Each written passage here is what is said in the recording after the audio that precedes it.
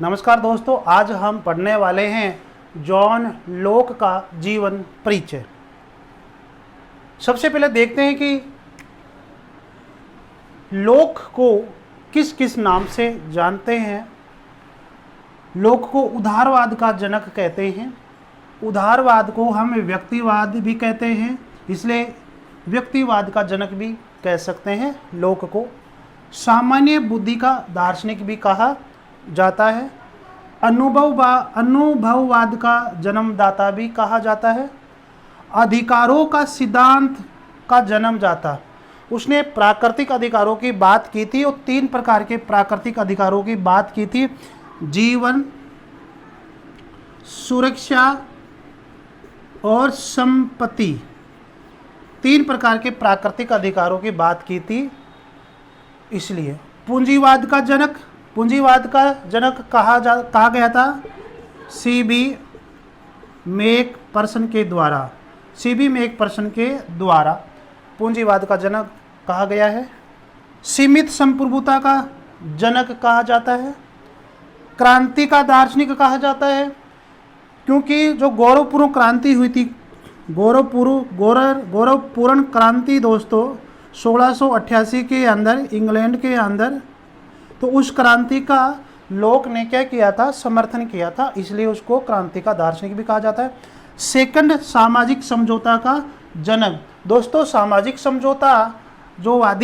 समझौतावादी है वो 3 व्यक्ति है, और 3 व्यक्ति का जो मैंने आपको फार्मूला पिछले वीडियो में बताया था, हालरू, हा का मतलब हॉब्स, ले का मतलब लॉक और रे का मतलब रूसो। सामाजिक समझौता 3 व्यक्तियों ने दिया था, हॉब्स, लॉक और रूसो ने। तो पहला जो सामाजिक समझौता दिया था, सबसे पहले इस दुनिया के अंदर जो सामाजिक समझौता दिया था वो किसने दिया था, हॉब्स ने। और दूसरे नंबर की बात करें, सेकंड सामाजिक समझौता वो लोक ने दिया था, और तीसरे नंबर का किसने किया था, रूसो ने दिया था। तो इस प्रकार से हॉब्स, लॉक और रूसो क्या है, संविदावादी व्यक्ति है, सामाजिक समझौतावादी व्यक्ति है। दोस्तों स्क्रीनशॉट ले लीजिए, आपको इसके बाद में आगे बताते हैं। जॉन लोक का जीवन परिचय 1632 से 1704 का जो समय है, इनका जीवन काल रहा है। जन्म इंग्लैंड के सामरसेट के रिंगटन, सामरसेट शहर है, तो सामरसेट के रिंगटन नामक स्थान पर उनका जन्म हुआ था। 29 अगस्त 1632 के दिन जन्म हुआ, और मृत्यु देखिए तो 1704 के अंदर मृत्यु हो जाती है जॉन लोक की। प्रारंभिक शिक्षा घर पे ही होती है उनकी, और 15 वर्ष की आयु में वेस्टमिनिस्टर स्कूल के अंदर प्रवेश लेते हैं, जो कि इंग्लैंड में है। 20 वर्ष की आयु में इंग्लैंड के ऑक्सफोर्ड विश्वविद्यालय में जॉन लोक ने प्रवेश लिया।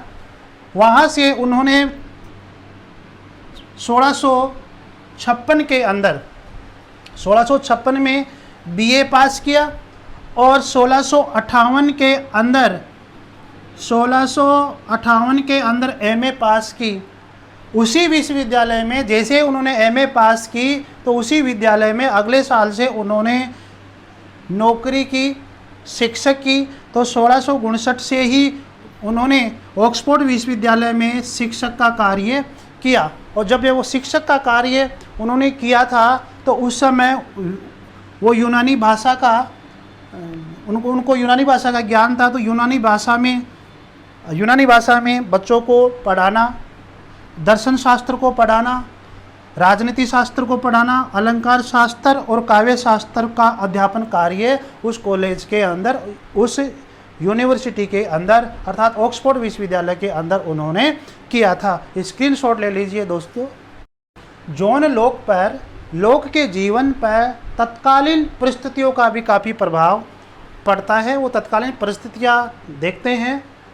अगर वो जब बचपन में थे, शैशवावस्था में थे, छोटे बच्चे थे, लगभग 12 वर्ष, कहते हैं कि 12 वर्ष की आयु में इंग्लैंड में गृह युद्ध हुआ था, उसका भी उसके ऊपर काफ़ी प्रभाव पड़ता है।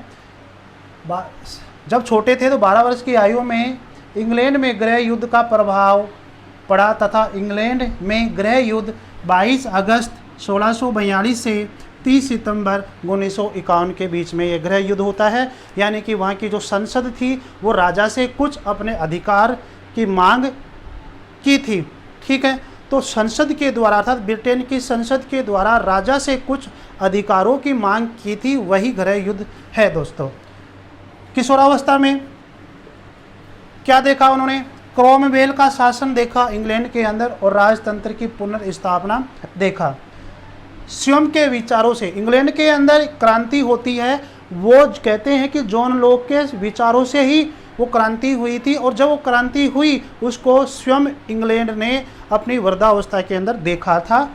वृद्धावस्था के अंदर स्वयं के विचारों से प्रभावित इंग्लैंड की गौरवपूर्ण क्रांति जो कि 1688 में हुई थी उसको देखा था। 1660 में डॉक्टर डेविस टॉमस से लोक का संपर्क होता है। किसका संपर्क हुआ? लोक का संपर्क होता है डॉक्टर डेविस टॉमस से। और दोस्तों जब डॉक्टर के पास रहेंगे तो जो व्यक्ति रहता है वो भी डॉक्टर बन जाता है। ये मान लीजिए आज हमारे मेडिकल के अंदर दवाई लेकर आते हैं, वो डॉक्टर तो होते नहीं है, एमबीबीएस डॉक्टर तो होते नहीं है, लेकिन उन्हें पूरी दवाइयों का पता होता है। इसी प्रकार से जब लोग जो है वो डॉक्टर डेविस टॉमस के पास गए तो उन्हें चिकित्सा का ज्ञान हो गया, दवाई देने का, औषधियों का ज्ञान हो जाता है। जब ज्ञान हो जाता है तो क्या होता है कि इंग्लैंड के विहंग दल के संस्थापक कौन? Lord Ashley. विहंग दल के संस्थापक लॉर्ड एशली से उनका संपर्क हुआ और पता लगा कि लोग को किसका ज्ञान है? चिकित्सा शास्त्र का ज्ञान है। तो लॉर्ड एशली ने, जो उस समय विहंग दल के संस्थापक थे, उन्होंने अपना फैमिली डॉक्टर बना दिया, अर्थात उसको लोग को अपना निजी डॉक्टर बना लिया। उसके बाद क्या होता है कि विहंग दल में लॉर्ड सेफ्टसबरी जब अध्यक्ष बने थे, जब विहंग दल के मुखिया के रूप में जब लॉर्ड सेफ्टसबरी थे, तो लॉर्ड सेफ्टसबरी ने क्या किया कि लोक को उस पार्टी का क्या बना दिया? सचिव बना दिया। लोक को विहंग दल का क्या बना दिया? सचिव बना दिया था। दोस्तों उस समय जैसे आज भी ब्रिटेन के अंदर मुख्य 2 पार्टियां हैं, और जिस पार्टी को आज हम कंजर्वेटिव पार्टी कहते हैं, कंजर्वेटिव पार्टी, ठीक है दोस्तों, जिसको आज हम कंजर्वेटिव पार्टी कहते हैं, उसका प्राचीन नाम ही क्या है? ये विहंग दल है। ये याद रखना। ये कई बार कॉम्पिटिशनों में यह भी पूछा गया था, एक बार एसएससी के एग्जाम में भी पूछा था कि विहंग दल कौन से देश की पार्टी है या रही है? तो आंसर क्या था? ब्रिटेन अर्थात इंग्लैंड। ये आप मत बोलना। तो जो विहंग दल था वही किस में बदला था? Conservative party. तो ये उस समय की बात है दोस्तों। तो इस प्रकार से वह एक दल के पास, दल के राजनीतिक लोगों के पास, विहंग दल के पास रहा, संपर्क में रहा, तो उसको किसका नॉलेज होगा? राजनीति का। तो इस प्रकार से उसे राजनीति का व्यवहारिक ज्ञान हुआ दोस्तों। ठीक है, आगे क्या होता है कि इंग्लैंड से लोग को क्या हो गया? इंग्लैंड के अंदर क्षय रोग हो जाता है, टीबी हो जाती है, और वह इलाज करने के लिए कहाँ चले जाते हैं? फ्रांस के अंदर चले जाते हैं। फ्रांस में ही उन्होंने राजनीतिक विचारों का क्या किया? प्रतिपादन किया। आपसे पूछा जाए कि लोक ने अपने राजनीतिक विचारों का प्रतिपादन कहाँ किया? मुख्य रूप से तो फ्रांस में किया था। ठीक है, क्योंकि उन्हें जैसे ही वो राजनीति में जाते हैं तो उनको व्यावहारिक ज्ञान होता है, और व्यावहारिक ज्ञान के बाद में वो अपने राजनीतिक विचारों का प्रतिपादन करते हैं। तो उस समय वो क्षय रोग से पीड़ित हो जाते हैं और अपना इलाज कराने के लिए फ्रांस जाते हैं, और फ्रांस में ही उन्होंने अपना राजनीतिक विचारों का क्या किया? प्रतिपादन किया। इंग्लैंड की गौरवपूर्ण क्रांति का समर्थन किया था, इसलिए लोक को क्रांति का दार्शनिक कहा जाता है। इंग्लैंड की गौरवपूर्ण क्रांति 1688 में होती है। उस क्रांति का इन्होंने क्या किया? समर्थन किया था। तो दोस्तों आज आपने इस वीडियो में देखा कि जॉन लॉक का जो समय है वो 1632 से 1704 का समय है। 1632 से 1704 का समय है। ये आप याद रखें, ठीक है दोस्तों। और जॉन लॉक के उपनाम आपने देखा, वो आप याद रखें। जॉन लॉक का जीवन, जॉन लॉक ने कहाँ पढ़ाई की? ऑक्सफोर्ड विश्वविद्यालय में पढ़ाई की।